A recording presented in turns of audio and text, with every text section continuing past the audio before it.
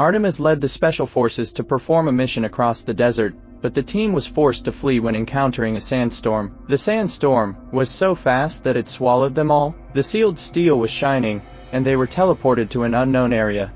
They woke up to find that they were in another desert, and the equipment connected to the headquarters had no signal at all. They move on. They saw a huge skeleton, and at this moment, something in the ground was approaching them. The hunter who had been watching from a distance noticed it, and quickly sent a signal to them to run away. Artemis ordered the squad to flee quickly. Suddenly the monster overturned the car and came out, roaring at them. Subsequently, a soldier who had just climbed out of the car was penetrated by the monster. The soldier pulled the grenade bolt and threw it at the monster's head. The monster was not harmed. At this time, Hunter hit the monster with a bow and arrow, buying time for them to escape. Several people panicked and ran into the cave. The monster is so huge that it cannot be entered. The monster burrowed into the sand and left. The sky was getting dark, but Artemis in the cave didn't know that night was more dangerous than day. When they were discussing leaving here, a huge spider grabbed Artemis with its tentacles and stunned Artemis with its poisonous tail. The team concentrated their fire on the spider. Artemis was thrown to the ground, and the spider retreated.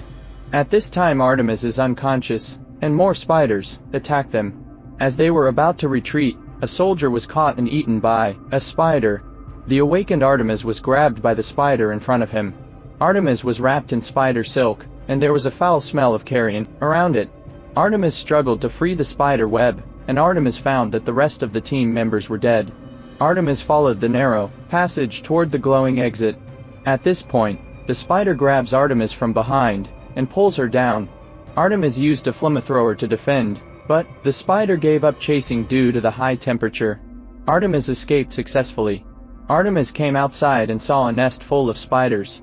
Since spiders live in the shade and sunlight is the natural enemy of spiders, Artemis is relatively safe for the time being. It was not dark, and Artemis was preparing to treat the wound.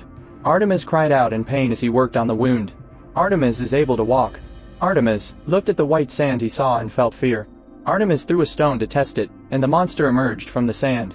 Just when Artemis was helpless, Hunter appeared. Hunter told Artemis that the desert was full of monsters.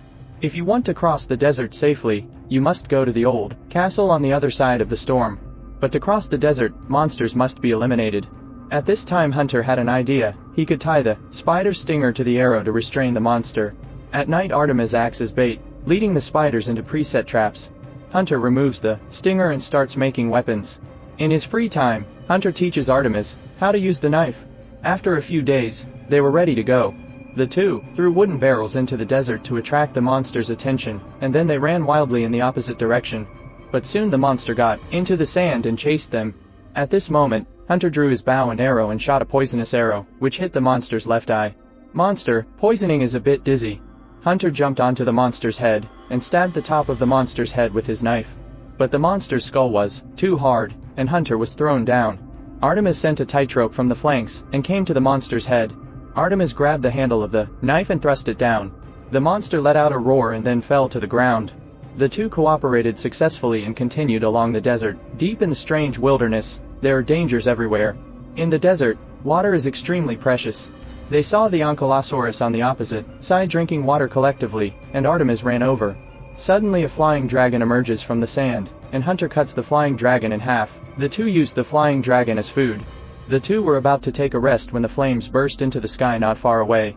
A fire dragon streaked across the air, and the armored dragon fled in all directions. Ron arrived just in time and they escaped unharmed. Artemis learned from Ron that the way to return to Earth is in the Sky Tower in the distance. And Ron's trip is also to close the Sky Tower. Before entering the Sky Tower, get rid of the Guardian Fire Dragon. A few people lead the team to the Sky Tower.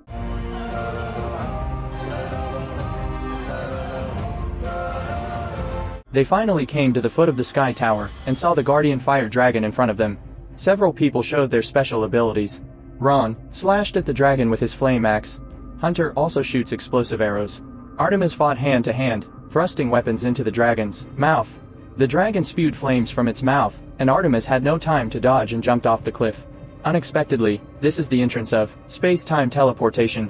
And just like that, Artemis returned to Earth. At this time, The search and rescue team arrived and carried the injured Artemis onto the plane. The huge fire dragon also came to the Earth through the portal. The dragon bites off the cockpit of the plane and the plane crashes with it. Fire dragon grabs another helicopter with both feet. The dragon tore off the wing. The awakened Artemis also remembered what Hunter said about the weakness of dragons. Artemis took advantage of the moment the dragon opened its mouth and shot the bomb into it. After the explosion, the fire dragon was dying. At this time, an arrow hit the heart of the fire dragon, and it turned out that Hunter also traveled to the Earth. In the roar of the bomb, the fire dragon was killed. Artemis and Hunter high-five each other. At this time, thunder and lightning flashed in the sky, and a bigger fire dragon also came to the Earth.